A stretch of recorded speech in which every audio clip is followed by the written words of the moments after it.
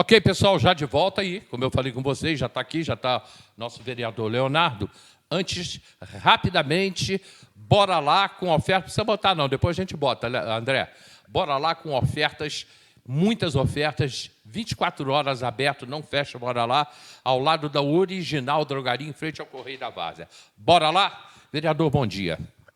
Bom dia, Hélio. Bora lá e bora aqui também, né? Passei de madrugada e vi aberto. Realmente o comércio Teresópolis precisa investir em funcionar mais horários. E aí eu parabenizo a atividade desse empresário. 2 da manhã eu passei aberto e com pessoas comprando. É importante a cidade verificar isso. É isso mesmo. Eu ontem, por exemplo, quando saí da igreja, eram 10h30, e eu lembrei que eu precisava comprar um remédio para pressão, que eu tinha esquecido de comprar. E aí rodei, e a gente vai direto numa farmácia que eu já sei que fica aberta a noite inteira. Só que antes eu passei na Original, a Original também estava aberta, 10h30 da noite, foi onde eu comprei. Aí depois eu rodei e vi outras drogarias também abertas. Isso é uma energia, um calor que vai passando. Domingo à noite. E a cidade vai se adaptando a funcionar de noite. A gente que é de Teresópolis sabe que há 10 anos passados isso era nem imaginável acontecer uma coisa dessa. Aliás, saiu agora o censo do IBGE, caiu de 188 mil para 165 mil, né? Quer dizer, só morreu gente nesses últimos anos. Não nasceu ninguém. O que houve com esse censo, hein? Eu acho que ele está equivocado, para mim não falar que ele está mal feito. No país inteiro. Eu acho que ele está equivocado, eles tiveram pressa de colocar o resultado na rua e se equivocaram no cruzamento de algumas estatísticas. Agora, Hélio, para a gente mudar para o assunto que você deseja daqui a pouco, Teresópolis tem essa capacidade de ter comércios funcionando de madrugada, porque o povo respeita. Eu, por exemplo, há tempos atrás fui em Foz do Iguaçu e passei mal de madrugada. E fui procurar farmácias 24 horas e não tinha. Eu falei, mas por que não tem? Por causa da criminalidade. Muitas coisas impedem. Você vê que Foz do Iguaçu, ele divisa com o Paraguai e a Argentina, que ele é vivo 24 horas. Mas muitos comércios não podem funcionar devido à onda da criminalidade, da insegurança. Coisa ao contrário daqui, que nós podemos muito bem fazer o comércio funcionar de noite, farmácias à noite, o sacolão do amigo agora funcionando à noite, daqui uns dias um mercadinho. Nós temos que fazer essa vida noturna funcionar, porque nós temos várias funções 24 horas e elas têm que ser respeitadas, porque às vezes a folga do cara é na noite. Ou ele trabalha de noite, precisa sair para uma emergência. Nós temos que incentivar esse mercado produtivo noturno. E era onde eu ia colocar 165 mil habitantes, 188 mil. Eu acho que com a população que nós já temos, Léo, eu acredito que estejamos aí perto de 200 mil, eu acredito a gente já tem que ter um movimento à noite. É isso. Era onde eu queria chegar. E hoje nós temos o bônus da segurança, que Teresópolis é uma cidade segura, uma cidade controlada e que a gente pode investir, de fato, no comércio noturno. Tá. E você está prestando atenção nisso? Obviamente, você está falando comigo o assunto porque está vendo. Mas você tem alguma coisa na tua cabeça como vereador para poder melhorar, por exemplo, à noite? Hélio, a gente vem de um tempo que a segunda-feira abria 1h. 1h, A Câmara fez uma lei autorizando, né, mudando, tirando a semana inglesa para ser também 9h, como os outros demais dias do comércio. Depois a gente viu autorização para abrir o comércio aos domingos. A gente também viu isso passar durante um tempo. Hoje a gente vê muitas lojas abertas aos domingos. Eu acho que hoje a gente vive o tempo dos 24 horas. Chega de só posto de gasolina, farmácia e alguns serviços. Aí vem inaugurando esse sacolão que você anuncia, já começando 24 horas. E outras atividades poderão também acontecer 24 horas. Eu tenho certeza que tem público para isso, a gente tem que incentivar. Tem só, não só incentivar, mas a certeza de que, por exemplo, do que você falou, da segurança, que a gente tem uma segurança muito forte aqui em Teresópolis. Sim, com certeza. A gente tem que respeitar muito o trabalho do 30º Batalhão, que é um trabalho de excelência, e eles ajudarão a classe comercial, junto com o Conselho de Segurança, que é muito participativo, a criar um programa. Tem a segurança presente, que é de dia, podemos ter de noite também. Nós temos que incentivar o comércio noturno. Algumas pessoas, às vezes, falam comigo, ligam para cá, todo dia você fala de apreensão de drogas em uma quantidade muito grande em Teresópolis. A gente fala em Teresópolis, Petrópolis, Friburgo, Guapimirim, Foz do Iguaçu, no país inteiro. Isso aí não tem como fugir disso. É uma pandemia, né? É uma pandemia, é verdade, é uma pandemia, né? Os nossos jovens sofrem com isso, Até onde você já pensou nisso? Eu falava disso hoje mais cedo no rádio. Nós temos que investir na educação. Porque se você verificar o mundo da criminalidade, ele é um mundo jovem que não envelhece. Não é porque as pessoas tomam rumo na vida e mudam, não é porque eles se perdem mesmo. A gente vê as estatísticas na cidade do Rio de Janeiro, São Paulo e algumas outras grandes capitais, os jovens com 18, 19 anos já estão falecendo, porque não tem progressão. Primeiro que é uma vida ruim, complicada, criminosa, à margem, e eles acabam sendo os soldados de frente do exército do mal, e acabam morrendo. Então, hoje, o que nós temos que investir? Na educação de tempo integral, na educação de jornada estendida, nos cursos profissionalizantes, para que esses mecanismos sejam mais apetitosos, eu falo de gosto mesmo, do que você se entregar à vida criminosa. Mas você tem experiência disso? Você é professor, você foi secretário de educação. O que poderia ser feito nessa área? O que nós temos que investir é ocupar tempo. Eu, por exemplo, tenho um filho de 14 anos, que já começou a trabalhar, está de jovem aprendiz no SESC, porque eu estou dando ocupação a ele, porque ele estuda de manhã, de tarde ele vai trabalhar. Nós temos que investir no contraturno, nós temos que criar um programa de terceiro tempo, ou um programa de jornada estendida, não sei o nome que se dará a isso. Mas quem estuda de manhã tem que ter uma atividade de tarde, falar inglês, fazer idiomas, o curso de português, de letramento, um reforço escolar, o curso da robótica. Eu tive esses dias aqui em Saquarema, e aí tinha um campeonato de surf, eu estava observando, e muitas pessoas que falavam inglês, possivelmente americanos, e eu vi um garotinho, filho de uma vendedora de bala, conversando de inglês de igual para igual com o surfista. E eu aí indaguei, mas por que esse rapazinho está falando assim? Não, porque aqui tem o terceiro tempo, as crianças na parte, quem estuda de manhã, de tarde faz inglês, e quem é de tarde estuda de manhã. Esses programas têm que existir, nós temos que dar ocupação dentro do tempo. Se você tem 8 horas do dia trabalhando, a criança tem que ter 8 horas do dia se aperfeiçoando. Esse modelo de só 4 horas em sala de aula de tarde vai ficar com a vovó, a gente já viu que isso não dá mais certo. Não é por culpa da vovó, não. É porque o garoto pega e sai, e vai jogar bola, e vai para um morro, e vai para um canto, vai para um buraco. A cabeça vazia, infelizmente, tem sido a oficina do mal.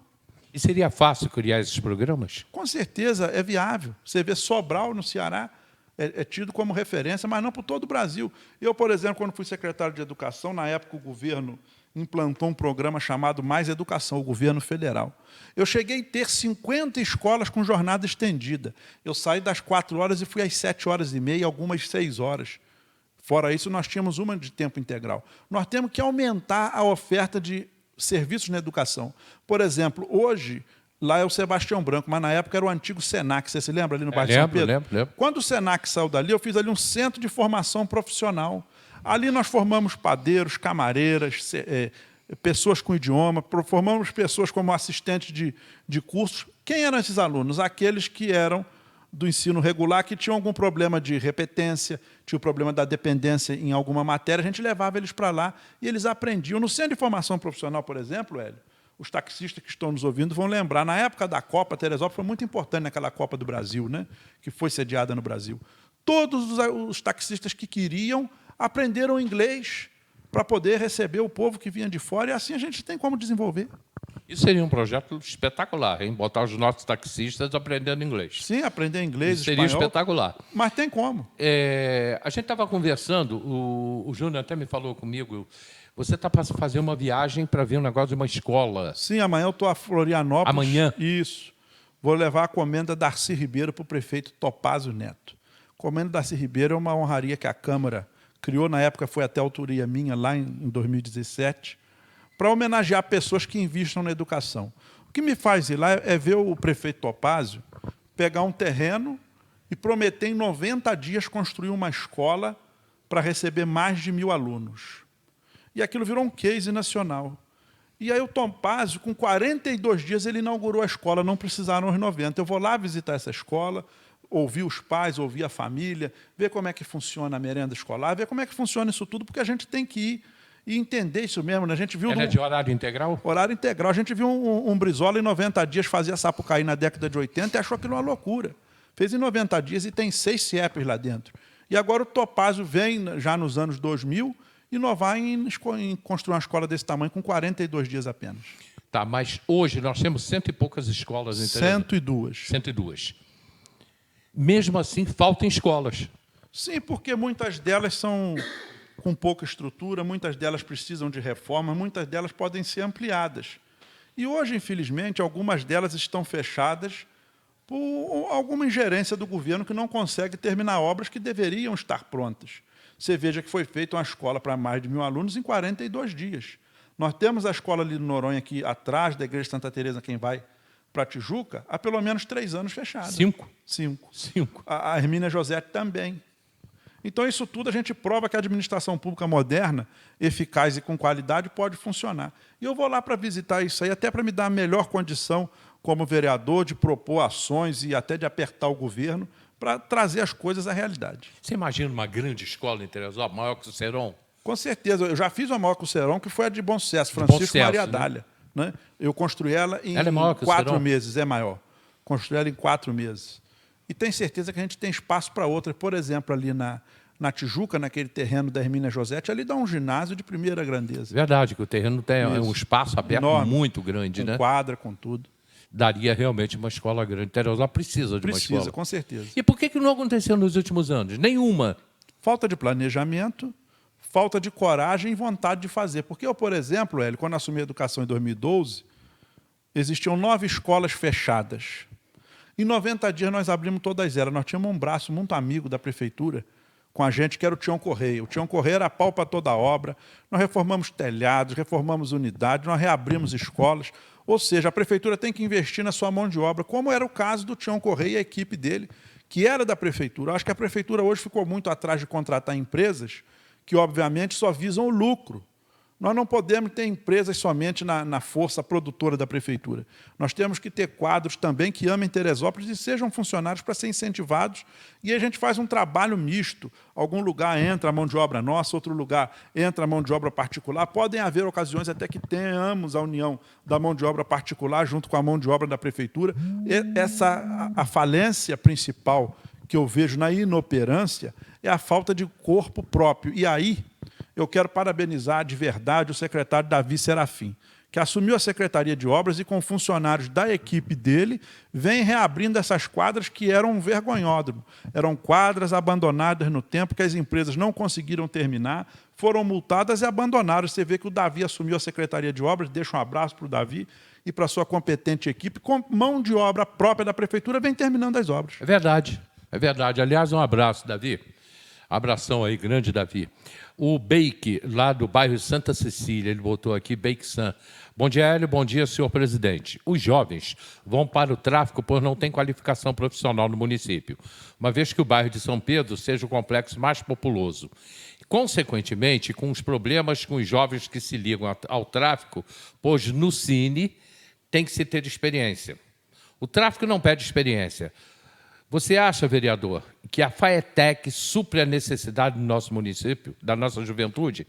E sendo na Barra, não seria mais inviável, não seria mais viável, mais no centro? Ou seja, ele quer dizer que na Barra é muito longe. Eu concordo com o Beck, tanto que quando fui candidato a deputado estadual no ano passado, eu gravei vídeos e incentivei que o Colégio Presidente Bernardes fosse transformado numa nova FAETEC para o bairro de São Pedro, já justamente objetivando aqueles rapazes ali do Pimentel, do Rosário, do Perpétuo, lá da Santa Cecília e de todo o grande bairro de São Pedro. Hoje, o Presidente Bernardes é um prédio grande, pujante, mas é do governo do Estado e que funciona com a meia dúzia de alunos do Estado.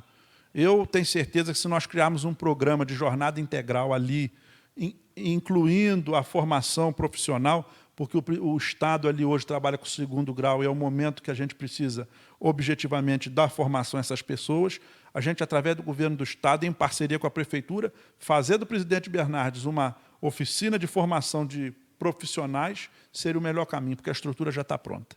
Perfeito. Olha, eu vou para o comercial, tem um comercial agora, já estão me avisando aqui. E na volta, eu vou ainda continuar falando sobre educação, porque uma fala do vereador Leonardo, na quinta-feira, muito forte, sobre a compra de alguns brinquedos pela Secretaria de Educação. Nós vamos falar sobre esse assunto e foi tema do programa Debates de sexta-feira. A gente normalmente tem 2, 3 temas, acabou que a gente tomou o programa inteiro falando só desse assunto. Tal o problema e a gravidade do que estava acontecendo. Rapidamente, indo para o comercial, lembrando o seguinte, aqui bem pertinho da gente, nós temos o Centro Gastronômico Recanto. Café da manhã, almoço e jantar com fondue, com caldos, festival de caldos, né? E carnes e peixes nobres variados, e ainda tem a cafeteria do Recanto. Lá é o local. Recanto dos Pescadores. A gente volta já.